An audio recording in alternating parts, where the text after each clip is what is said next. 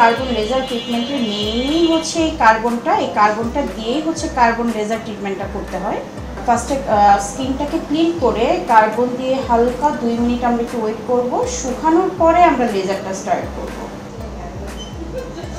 একটা স্কিনের যত ধরনের প্রবলেমই হোক না কেন, এই কার্বন লেজার ট্রিটমেন্টটা আপনার অল প্রবলেম সলভ করে দিবে। এটা এমন একটা ট্রিটমেন্ট আপনারা সবাই নিতে পারেন, তবে চেষ্টা করবেন হচ্ছে 20-র পর থেকে নেওয়া, 20+ ইয়ার্সের পর থেকে নিলে ভালো, এর আগে না নেওয়াটাই বেটার। এটা কার্বনটাকে পুড়ে স্কিনের যে ময়লাগুলো থাকে, ডার্ক সার্কেল থাকে, পিগমেন্টেশনগুলো থাকে, স্কিনটাকে একদম বেবি স্কিনের মতো একদম হেলদি একটা স্কিন নিয়ে আসে।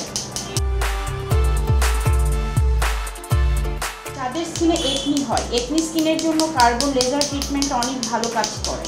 কার্বন লেজার ট্রিটমেন্ট নেওয়ার পর আমরা যেটা ক্লায়েন্টদেরকে বলে দিই যে একদিন পানি না লাগানোর জন্য, 24 ঘন্টা পানি লাগানো যাবে না।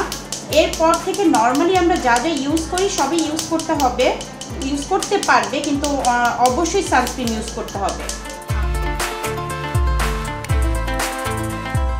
এটা সবচেয়ে মজা পায় যাদের স্কিনে একনি থাকলে যখন এই লেজারটা পরে ওই জায়গাটা একটু ধরে, এটা ক্লায়েন্টরা খুব মজা পায়।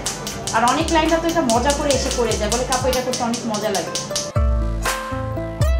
এটা মাসে একবার করলে স্কিনের রেজাল্ট ভালো আসে, কিন্তু অনেকের মধ্যে আবার এই ভয়টা কাজ করে যে আমি একবার করলাম, নেক্সটে যদি না করি আমার কোনো প্রবলেম হবে কি?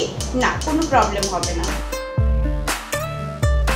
লেজার মানে আমরা সবাই জানি, লেজার মানে স্কিনটা ভেতর থেকে গ্লো আসে।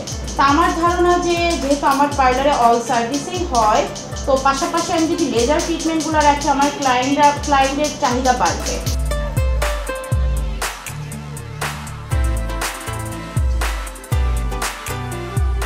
সানবার্ন ছিল, সেটা সানবার্নটা হলো ক্লিয়ার করতে আসছি। দেন হলো আমার হলো অনেক কি বলে ব্ল্যাক হেডস, হোয়াইট হেডস ছিল, সেটার প্রবলেম ক্লিয়ার করতে আসছি। দেন হলো অনেক ফেসটা হলো অনেক টাল ছিল, সেটা হলো ক্লিয়ার করতে আসছি।